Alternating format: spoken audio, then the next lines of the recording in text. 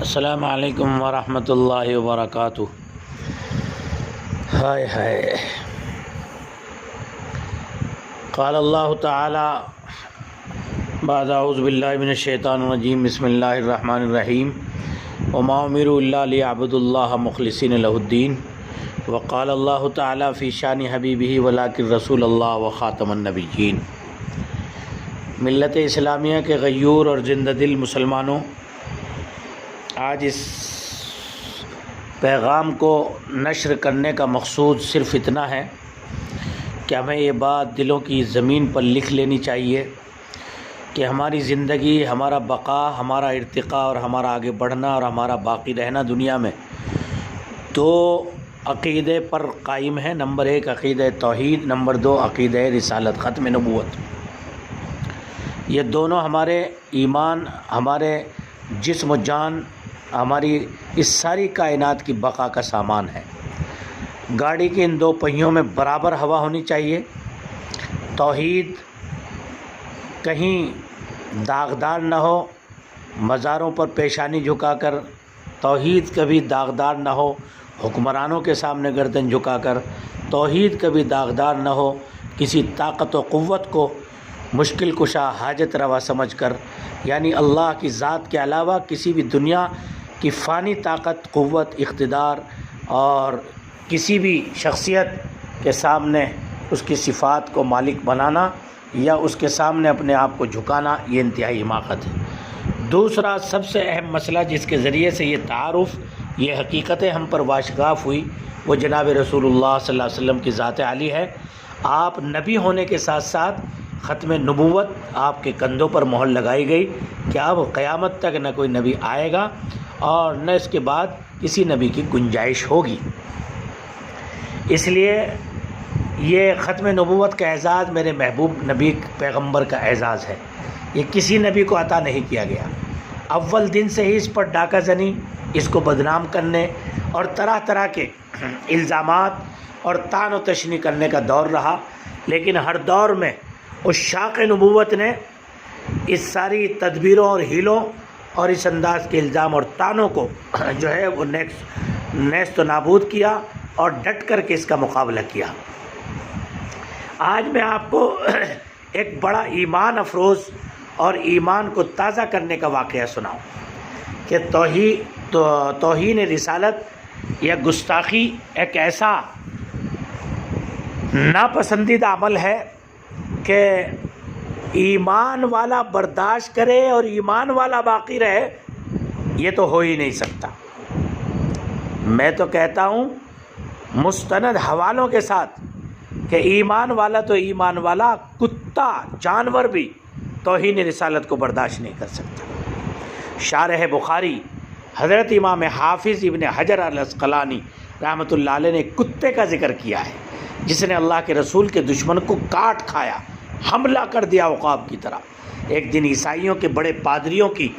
ایک جماعت منگولوں کی ایک تقریب میں شرکت کے لیے روانہ ہوئی، جو ایک منگول شہزادے کی عیسائیت قبول کرنے پر منعقد کی گئی تھی۔ اس تقریب میں ایک عیسائی مبلغ نے رسول پاک علیہ السلام کو گالی بکی۔ قریب ہی ایک شکاری کتا بیٹھا ہوا تھا جو اس کی طرف سے گالی بکنے پر چھلانگیں مارنے لگا اور زوردار جھٹکا دے کر رسی نکال لی اور اس بدبخت پر ٹوٹ پڑا اور اس کو کاٹ لیا۔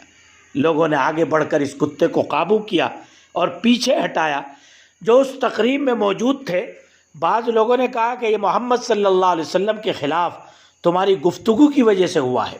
اس گستاخ نے کہا بالکل نہیں،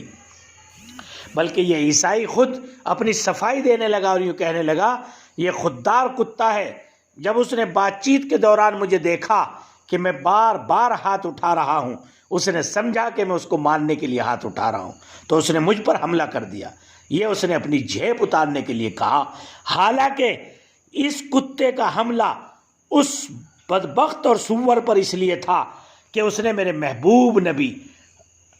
ساری کائنات کے پیغمبر جناب رسول اللہ صلی اللہ علیہ وسلم کی شان اقدس میں گستاخی کی تھی۔ یہ کہہ کر اس بدبخت نے ہمارے محبوب کو پھر گالی بکی۔ اب کیا تھا، کتے نے رسی کاٹی اور سیدھا اس ملعون پر چھلانگ لگا کر اس کی منحوس گردن کو دبوچ لیا اور وہ فوراً ہلاک ہو گیا۔ جب اس بات کی حقیقت مجمع پر کھلی، چونکہ یہ شاہی تقریب تھی، لاکھوں کا مجمع تھا، اس واقعے کو دیکھ کر اللہ تبارک و تعالیٰ نے اپنے نبی کی عظمت کے اعتراف میں 40,000 منگولوں نے اسلام قبول کیا۔ یہ تاریخی بات ہے۔ الدر الکامنہ جلد 3 صفحہ 203 اور امام الذہبی نے اس قصے کو صحیح اسناد کے ساتھ معجم الشیوخ صفحہ 387 میں نقل کیا ہے۔ اس واقعے کے عینی شاہد جمال الدین محدث نے کہا کہ اللہ کی قسم، کتے نے میری آنکھوں کے سامنے اس ملعون گستاخ کو کاٹا اور اس کی گردن کو دبوچا، جس سے وہ ہلاک ہو گیا۔ عزیزو، کل ایک بہت ہی ناپسندیدہ واقعہ اور ملک کے تانے بانے کو بکھیرنے والا واقعہ بنگلور کے ایک ممبر اسمبلی یا نگر پالیکا کے ممبر ہیں، ان کے بھانجے نے کیا۔ اس ملعون اور مردود کو اگرچہ پولیس نے اریسٹ کر لیا ہے، لیکن وہاں کے غیور اور زندہ دل مسلمانوں نے جس جرأت اور حوصلے کے ساتھ کام کیا ہے، میں اس کو سلوٹ کرتا ہوں، اور اس بات کو بھی سلوٹ کرتا ہوں کہ انہوں نے جہاں اس انسانیت کے کو چیر چیر کرنے والے لاکھوں کروڑوں انسانوں کے ایمان والوں کے دلوں کو زخمی کرنے والے اس مردود نے اس نبی رحمت کی شان میں گستاخی کر کے اپنے بدبخت ہونے کا ثبوت دے دیا ہے۔ سچی بات یہ ہے، 1400 سالہ تاریخ دیکھ لیجئے، جس نے بھی نبی پاک علیہ الصلوۃ والسلام کی شان میں گستاخی کی، خدا پاک کی قسم وہ اس دنیا میں انتہائی ذلت اور انتہائی بدبختی کی موت مرا ہے، اور اس انسان کو اس دنیا میں راحت عافیت نصیب نہیں ہوئی ہے، تڑپ تڑپ کر کے وہ اس دنیا سے گیا ہے۔ میں سلوٹ کرتا ہوں۔ حالات اگرچہ بہت گمبھیر ہیں اور یہ اتنا اہم اور حساس موضوع ہے کہ سچی بات یہ ہے کہ اگر میں آپ کو حوالوں سے اس کی اہمیت اور عظمت بتاؤں کہ اس معاملے کے ہونے کے بعد کیا کرنا چاہیے، گستاخ رسول کی سزا ائمہ کرام کی نظر میں کیا ہے، تو آؤ میں آپ کو حوالوں سے بتاؤں۔ خلیفہ ہارون الرشید نے امام مالک رحمۃ اللہ علیہ سے نبی کریم کی شان میں گستاخی کرنے والے کا حکم دریافت کیا تو آپ نے فرمایا، ما بقاء الامت بعد شتم نبیہا، اس امت کو زندہ رہنے کا کوئی حق نہیں جس کے نبی کو گالیاں دی جائیں۔ امام احمد ابن حنبل رحمۃ اللہ علیہ سے کسی نے پوچھا، جو آدمی نبی کو گالی دیتا ہے یا آپ کی شان میں گستاخی کرتا ہے، وہ مسلمان ہو یا کافر، اس کا قتل کر دینا واجب ہے، اور میری رائے ہے کہ اسے توبہ کرنے کی مہلت بھی نہ دی جائے۔ ہائے ہائے، شیخ الاسلام ابن تیمیہ رحمۃ اللہ علیہ کا فتویٰ کہ آپ کی زندگی میں آپ کو گالی دینا آپ معاف کر سکتے تھے، اختیار ہے، لیکن آپ کے بعد امت میں سے کسی کو معافی کا کوئی اختیار نہیں کہ وہ کسی گستاخ رسول اور توہین رسالت کے مرتکب کو معاف کرے۔ لیکن بھائی، قانون اور ملک کی حکومت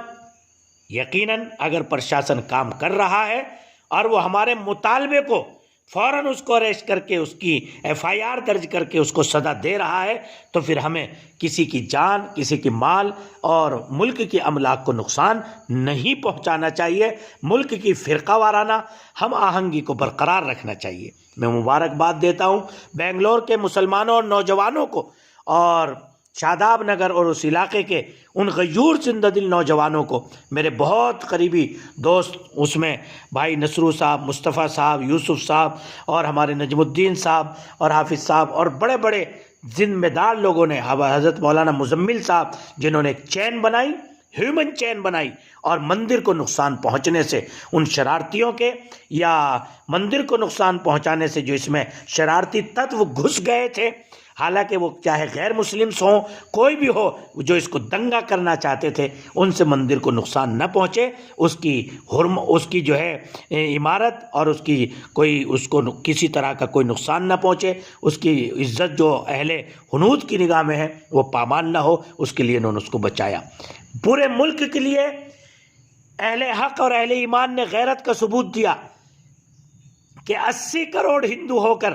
بابری مسجد کو نہیں بچا سکے. چند ایک غیور مسلمانوں نے، نوجوانوں نے کھڑے ہو کر مندر کو مندر کی شان کے ساتھ باقی رہنے کے لیے اپنی جانوں کا نذرانہ وہاں کھڑا کر دیا، اپنی جانوں کی پرواہ نہیں کی. اور جب تک پولیس اور پرشاسن نہیں آیا، میں وہاں کی پرشاسن کو بھی سلوٹ کرتا ہوں کہ بہت جلد انہوں نے اس پر کنٹرول کیا اور جو مستحق تھے ان کو سزا کے لیے اریسٹ کیا. اور مجھے امید ہے کہ آئندہ بھی اس پر ایسی کارروائی ہوگی تاکہ کبھی کسی گستاخ رسول کو ملک کی ہم آہنگی اور ملک کی جو ہے بھائی چارہ، ہندو مسلم اتحاد اور ایک دوسرے کے مذہب کی اکرام اور اعزاز جو ہمارے ملک کا سنویدھان ہے اور قانون اس کی تاکید کرتا ہے، اس کو تار تار کرنے کی کسی کو حوصلہ اور ہمت نہ ہو. ایسی عبرتناک سزا وہاں کے پرشاسن کو دینی چاہیے. یہ پوری ملت اسلامیہ ہندیہ کا اس پرشاسن سے مطالبہ ہے. لیکن میں پرشاسن کو سلوٹ کرتا ہوں کہ کم سے کم انہوں نے فوراً اس کو ملک کو جلنے سے بچایا اور اس پر کنٹرول کیا. میں بہت مبارکباد دیتا ہوں. یہ سارے فتوے ہیں لیکن ہمیں قانون کو اپنے ہاتھ میں نہیں لینا ہے. اللہ ہم سب کی حفاظت فرمائے، ملت کی حفاظت فرمائے اور ہوش کے ساتھ کام لینا ہے، جوش کے ساتھ کام نہیں.